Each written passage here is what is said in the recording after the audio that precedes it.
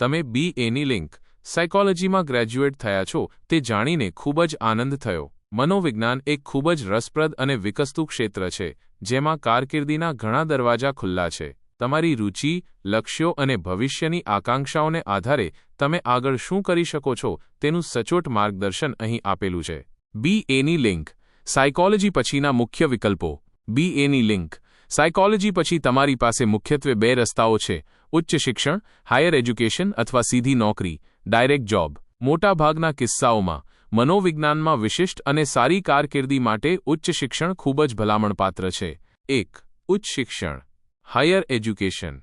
મનોવિજ્ઞાનમાં ઊંડાણપૂર્વક જ્ઞાન મેળવવા અને નિષ્ણાત બનવા માટે પોસ્ટ ગ્રેજ્યુએશન PG એ શ્રેષ્ઠ વિકલ્પ છે. MAની લિંક MScની લિંક ઇન સાયકોલોજી આ સૌથી સામાન્ય અને ભલામણપાત્ર વિકલ્પ છે.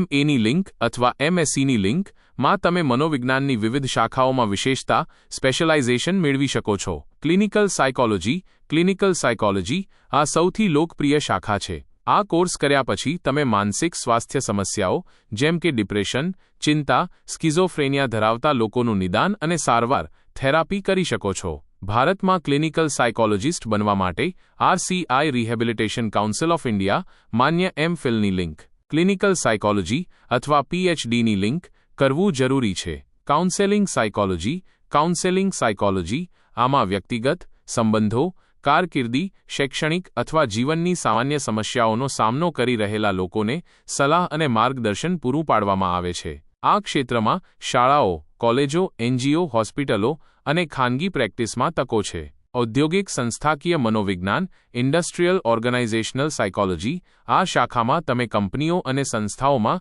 કર્મચારીઓના વર્તન, કાર્યક્ષમતા, ભરતી, તાલીમ, નેતૃત્વ અને કાર્યસ્થળના વાતાવરણને સુધારવા પર ધ્યાન કેન્દ્રિત કરો છો. HR સંસ્થાકીય વિકાસ અને તાલીમ જેવા વિભાગોમાં કારકિર્દી બનાવી શકાય છે. શૈક્ષણિક મનોવિજ્ઞાન એજ્યુકેશનલ સાયકોલોજી શૈક્ષણિક સેટિંગ્સમાં શીખવાની પ્રક્રિયા, વિદ્યાર્થીઓની શીખવાની સમસ્યાઓ, અધ્યાપન પદ્ધતિઓ અને શૈક્ષણિક નીતિઓ પર કામ કરે છે. તમે સ્કૂલ કાઉન્સેલર અથવા શૈક્ષણિક સંશોધક બની શકો છો. વિકાસલક્ષી મનોવિજ્ઞાન ડેવલપમેન્ટલ સાયકોલોજી જન્મથી મૃત્યુ સુધી માનવ વિકાસ અને વર્તનનો અભ્યાસ. બાળકો અને કિશોરોના વિકાસ સંબંધિત સમસ્યાઓ પર કામ કરી શકાય છે. ફોરેન્સિક સાયકોલોજી કાયદાકીય પ્રણાલીમાં મનોવૈજ્ઞાનિક સિદ્ધાંતોનો ઉપયોગ. ફોરેન્સિક સેટિંગ્સમાં વર્તનનું મૂલ્યાંકન કરવું, ગુનાહિત માનસિકતા સમજવી વગેરે. સોશિયલ સાયકોલોજી સામાજિક વાતાવરણમાં લોકોના વર્તન,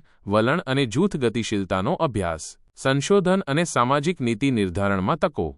PG diploma courses post graduate diploma course જો તમે તરત જ નોકરી મેળવવા માંગતા હો અને છતાં વિશિષ્ટ જ્ઞાન મેળવવું હોય તો 1 વર્ષના PG ડિપ્લોમા કોર્સ ઉપયોગી થઈ શકે છે. PGD in guidance and counselling, PGD in child psychology, PGD in industrial psychology, PGD in Clinical Hypnosis, PGD in Rehabilitation Psychology. BEdની લિંક બેચલર ઓફ એજ્યુકેશન જો તમને શિક્ષણ ક્ષેત્રે રસ હોય તો BEdની લિંક. સામાન્ય રીતે ગ્રેજ્યુએશન પછી 2 વર્ષનો કોર્સ કર્યા પછી તમે શાળાઓમાં મનોવિજ્ઞાન અથવા અન્ય સંબંધિત વિષયોના શિક્ષક બની શકો છો. MSW master of social work જો તમને સામાજિક કાર્ય અને સમુદાય સેવાઓમાં રસ હોય તો MSW એક સારો વિકલ્પ છે. આમાં મનોવિજ્ઞાનનું જ્ઞાન ખૂબ જ ઉપયોગી થાય છે. 2. સીધી નોકરી ડાયરેક્ટ જોબ ઓપોર્ચ્યુનિટીઝ જો કે મોટાભાગની વિશિષ્ટ ભૂમિકાઓ માટે PG જરૂરી છે. BA સાયકોલોજી પછી પણ કેટલીક શરૂઆતની તકો ઉપલબ્ધ છે, ખાસ કરીને જો તમે ઇન્ટર્નશિપ કરી હોય અથવા વધારાના સર્ટિફિકેટ કોર્સ કર્યા હોય. કાઉન્સેલિંગ આસિસ્ટન્ટ શાળાઓ, NGO, હોસ્પિટલો અથવા ખાનગી ક્લિનિક્સમાં અનુભવી કાઉન્સેલરના સહાયક તરીકે. HR એક્ઝિક્યુટિવ વાય આસિસ્ટન્ટ માનવ સંસાધન વિભાગમાં ભરતી, તાલીમ, કર્મચારી સંબંધો, પેરોલ મેનેજમેન્ટ વગેરેમાં. મનોવિજ્ઞાનનો અભ્યાસ તમને કર્મચારીઓના વર્તનને સમજવામાં મદદ કરે છે. રિહેબિલિટેશન વર્કર વ્યસનમુક્તિ કેન્દ્રો, માનસિક આરોગ્ય સંસ્થાઓમાં દર્દીઓના પુનર્વસનમાં મદદરૂપ થવું. ચાઇલ્ડ કેર વર્કર બાળકોના કલ્યાણ માટે કામ કરતી સંસ્થાઓમાં. માર્કેટ રિસર્ચ આસિસ્ટન્ટ ગ્રાહક વર્તન અને પસંદગીઓનો અભ્યાસ કરવા માટે. સંશોધન સહાયક રિસર્ચ અસિસ્ટન્ટ યુનિવર્સિટીઓ, સંશોધન સંસ્થાઓ અથવા સાયકોલોજી વિભાગોમાં પ્રોફેસરોને સંશોધન પ્રોજેક્ટ્સમાં મદદ કરવી. કન્ટેન્ટ રાઇટર બ્લોગર મનોવિજ્ઞાન સંબંધિત વિષયો પર લેખ લખવા અથવા બ્લોગિંગ કરવું. કેરગીવર વૃદ્ધો અથવા ખાસ જરૂરિયાતવાળા લોકોની સંભાળ રાખવી, જ્યાં મનોવૈજ્ઞાનિક સમજ ઉપયોગી થાય છે. સરકારી નોકરીઓ માટે સ્પર્ધાત્મક પરીક્ષાઓ. તમે BAની લિંકની ડિગ્રી પર આધારિત ઘણી સરકારી નોકરીઓ માટે અરજી કરી શકો છો. UPSC, IAS, IPS, IFS, civil સેવા પરીક્ષાઓ. GPSC, Gujarat public service commission, Gujarat સરકારની વર્ગ અડધું 3ની વિવિધ જગ્યાઓ માટે. Banking, railway, SSC, staff selection commission, police. આમાં પણ ગ્રેજ્યુએટ ઉમેદવારો માટેની તકો ઉપલબ્ધ હોય છે. આ પરીક્ષાઓમાં મનોવિજ્ઞાનનો વિષય તમને સામાન્ય જ્ઞાન, વિશ્લેષણાત્મક ક્ષમતા અને સમાજશાસ્ત્રના પાસાઓમાં મદદ કરી શકે છે. સચોટ માર્ગદર્શન માટે ધ્યાનમાં રાખવા જેવી બાબતો. 1. તમારી રુચિને ઓળખો. તમને મનોવિજ્ઞાનના કયા ક્ષેત્રમાં ખરેખર રસ છે? શું તમને થેરાપી આપવામાં, સંશોધન કરવામાં, સંગઠનોમાં કામ કરવામાં કે શિક્ષણ આપવામાં વધુ મજા આવશે? 2. કારકિર્દીના લક્ષ્યો નક્કી કરો. તમે 5 થી 10 વર્ષ પછી તમારી જાતને ક્યાં જોવા માંગો છો? શું તમે લાયસન્સ પ્રાપ્ત ક્લિનિકલ સાયકોલોજિસ્ટ બનવા માંગો છો કે HR મેનેજર કે સ્કૂલ કાઉન્સેલર? 3. આર્થિક પાસું અને સમયનું રોકાણ. ઉચ્ચ શિક્ષણમાં સમય, 2 થી 5 વર્ષ અને પૈસા બંનેનું રોકાણ કરવું પડે છે. જો તાત્કાલિક નોકરી જોઈતી હોય તો ડિપ્લોમા અથવા સર્ટિફિકેટ કોર્સ સાથેની નોકરીઓ પર વિચાર કરી શકાય. 4. ઇન્ટર્નશિપ અને વોલન્ટિયરિંગ.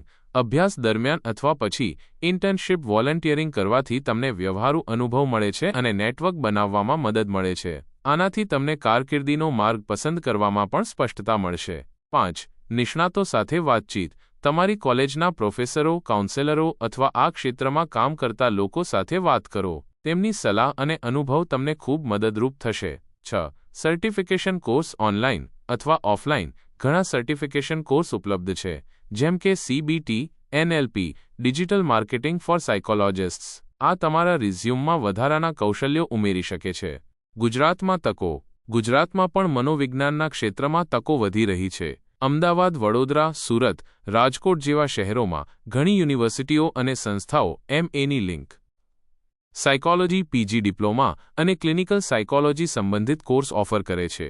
સરકારી હોસ્પિટલો, શાળાઓ, ખાનગી પ્રેક્ટિસ, NGO અને કોર્પોરેટ સેક્ટરમાં પણ મનોવિજ્ઞાનના નિષ્ણાતોની માંગ વધી રહી છે. તમારા ભવિષ્ય માટે શુભકામનાઓ. યોગ્ય સંશોધન અને આયોજન તમને સફળ કારકિર્દી તરફ લઈ જશે.